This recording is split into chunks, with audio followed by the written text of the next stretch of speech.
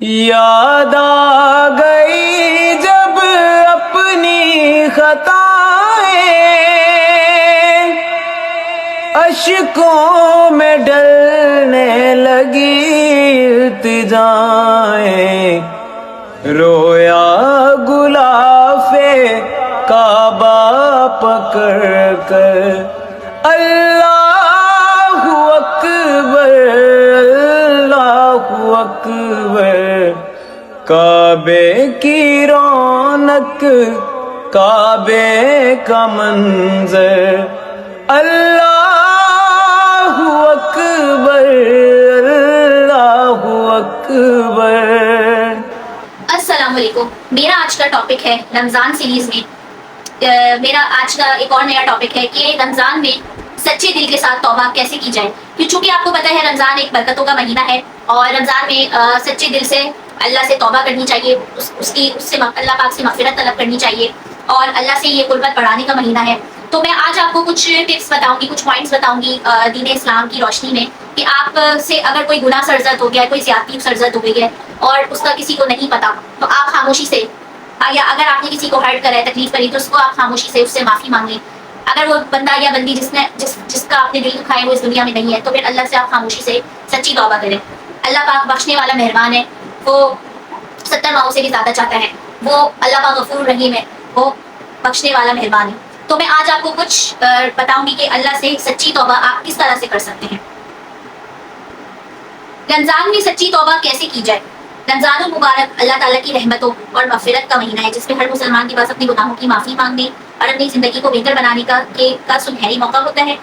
توبہ کا مطلب ہے اپنی گناہوں پر سچے دل سے ندامت محسوس کرنا، اللہ سے معافی مانگنا اور آئندہ گناہوں سے بچنے کا پختہ ارادہ کرنا۔ لیکن سچی توبہ کیسے کی جائے، آئیے اس پر ہم تفصیل سے بات کرتے ہیں۔ سب سے پہلے نمبر 1، اپنے گناہوں کو تسلیم کریں۔ سچی توبہ کی پہلی شرط یہ ہے کہ آپ اپنے گناہوں کو پہچانیں اور انہیں تسلیم کریں۔ اگر آپ اپنے اعمال کو درست سمجھتے رہے اور غلطیوں کو قبول ہی نہ کریں تو توبہ ممکن نہیں۔ لہٰذا سب سے پہلے اپنی زندگی کا جائزہ لیں اور ان تمام گناہوں کی ایک لسٹ بنائیں جو جان بوجھ کر یا ناسمجھی میں کیے گئے ہیں آپ سے۔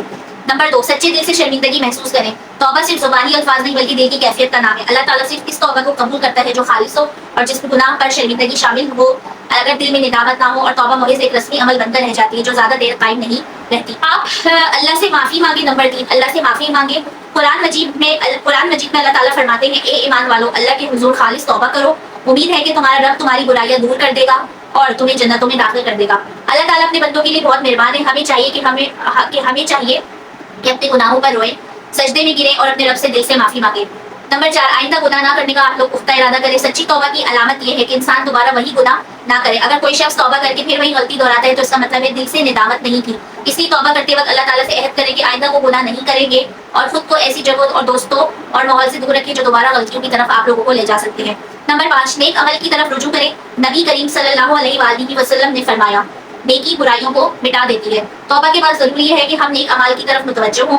آپ لوگ روزہ رکھیں، نماز قائم کریں، قرآن کی تلاوت کریں، صدقہ دیں اور اللہ کے قریب ہونے کی کوشش کریں۔ رمضان اس لیے بہترین موقع ہے کیونکہ اس ماہ میں نیکیوں کا اجر 70 گنا بڑھا دیا جاتا ہے۔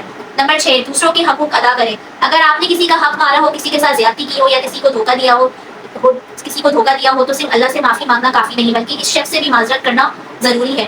نبی کریم صلی اللہ علیہ وآلہ وسلم نے فرمایا، جس نے کسی پر ظلم کیا ہو اسے چاہیے کہ وہ اسے آج ہی معافی کروا لے، ورنہ قیامت کے دن اس کی نیکیاں لے لی جائیں گی۔ نمبر 7، دعا اور استغفار کو معمول بنائیں۔ اللہ تعالیٰ فرماتے ہیں، میں معاف کرنے والا ہوں اس شخص کے لیے جو توبہ کرے، ایمان لائے اور نیک عمل کرے۔ رمضان میں زیادہ استغفر اللہ پڑھیں کیونکہ یہ گناہوں کی معافی کا سب سے آسان ذریعہ ہے۔ نبی کریم صلی اللہ علیہ وآلہ وسلم بھی دن میں 100 مرتبہ استغفار کرتے تھے، ہمیں بھی اس عادت کو اپنانا چاہیے۔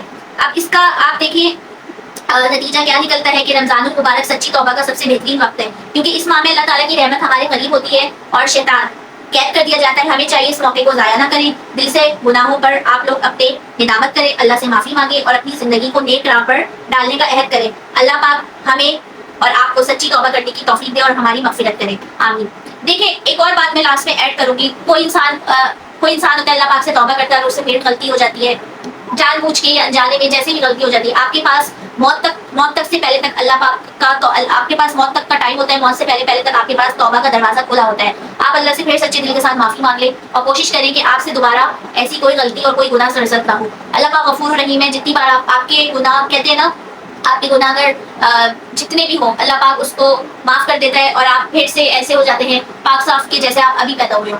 تو آپ کو چاہیے اللہ سے توبہ کریں اور جس کے ساتھ ظلم زیادتی کری اس سے بھی معافی مانگیں، کیونکہ اللہ پاک اس وقت تک آپ کو معاف نہیں کرے گا جب تک آپ نے جس شخص کے ساتھ زیادتی کری، اس کو دکھ دیا یا جو بھی آپ نے اس کو تکلیف پہنچائی ہے، جب تک آپ اس بندے سے معافی نہیں مانگیں گے اور وہ بندہ آپ کو معاف نہیں کر دے گا تب تک اللہ معاف نہیں کرے گا. کیونکہ اللہ ہی نے یہ اختیار انسان کو دیا ہے کہ جب انسان معاف کرے گا تو ہی اللہ معاف کرے گا. باقی اللہ سے اپنے گناہوں کی معافی مانگے. اللہ پاک بہت بڑا غفور رحیم ہے، وہ معاف فرمانے والا ہے. امید کرتی ہوں آپ کو آج یہ سچی توبہ کرنے کا طریقہ آپ کو سمجھ آ گیا ہوگا اور آپ اس پر رمضان کے مہینے میں ضرور عمل کریں گے. اور اسی کے ساتھ ہی اپنا بہت سارا خیال رکھے گا. مجھے دعا میں یاد رکھیے گا. ڈاکٹر جی نے میری سائننگ آف. اللہ حافظ.